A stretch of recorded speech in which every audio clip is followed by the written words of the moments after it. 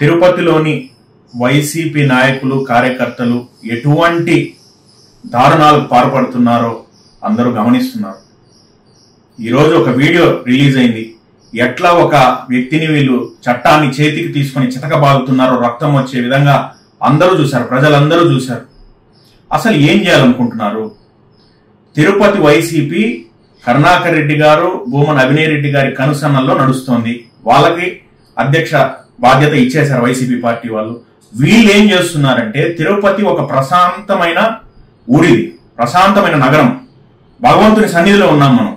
ఇటువంటి ప్రదేశంలో వీళ్ళు రౌడీలని రెచ్చగొడుతున్నారు. రౌడీలను చుట్టూ పెట్టుకొని యువకులని జీవితాలను ఆడుకుంటూ, వాళ్ళని రౌడీలుగా తీర్చిదిద్దుతూ, వాళ్ళ జీవితాలతో ఆడుకుంటూ వీళ్ళ స్వలాభం కోసం రాజకీయాలు చేస్తున్నారు. వీళ్ళు ఇక్కడ తిరుపతిని నాశనం చేయాలనే ఒక ఉద్దేశం తప్ప ఇంకా వేరేది ఏమీ కనిపించడం లేదు. ఇక్కడ ఈ ఒకటే కాదు కదా ఇన్సిడెంట్, పదే పదే జరుగుతున్నాయి తిరుపతిలో.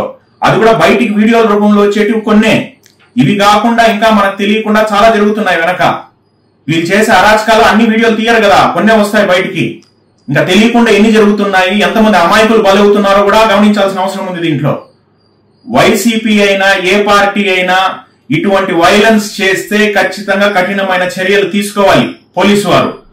ఇంకా కోర్టులు ఉండేది ఎందుకు, చట్టం ఉండేది ఎందుకు, ఎఫ్ఐఆర్ ఉండేది ఎందుకండి, పోలీస్ స్టేషన్ ఉండేది ఎందుకు? ఇంకా ఏదన్నా వాడు ఏదైనా తప్పు చేస్తుంటే, ఆ వ్యక్తి ఏమన్నా తప్పు చేస్తుంటే అతని మీద కేసు పెట్టండి.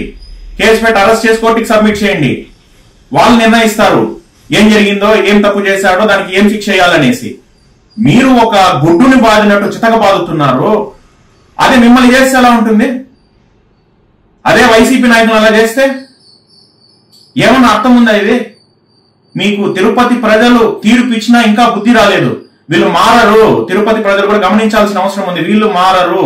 అధికారం లేకనే వీళ్ళ ఉన్నారంటే పొరపాటున గాని వీళ్ళకి అధికారం చేతికి వచ్చి ఉంటే తిరుపతిలో ఎంత దారుణాలు జరిగేటివో అసలు ఊహించుకుంటేనే భయం వేస్తుంది ప్రతి ఒక్కరికి.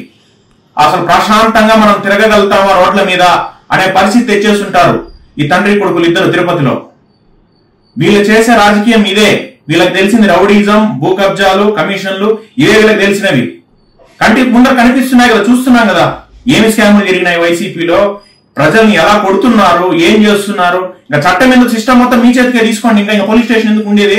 మీరే తీసుకొని మీరే స్టేషన్ లో కూడా మీ కార్యకర్తలను కూర్చోబెట్టి కూడా చేసుకుంటారు. వీళ్ళు వదిలితే ఆ పని కూడా చేస్తారు. గత 5 ఏళ్ళలో కూడా చూసాం కదా పోలీస్ స్టేషన్ లో కూడా ఎలా నడిచిందో వీళ్ళ హవా. వైలెన్స్ ఎంకరేజ్ చేసే వాళ్ళు ఎవరైనా సరే అది వాళ్ళ మీద కఠిన చర్యలు మీరు ఖచ్చితంగా తీసుకోవాలి. దీన్ని ఆపాల్సిన బాధ్యత ఉంది పోలీస్ శాఖ మీద.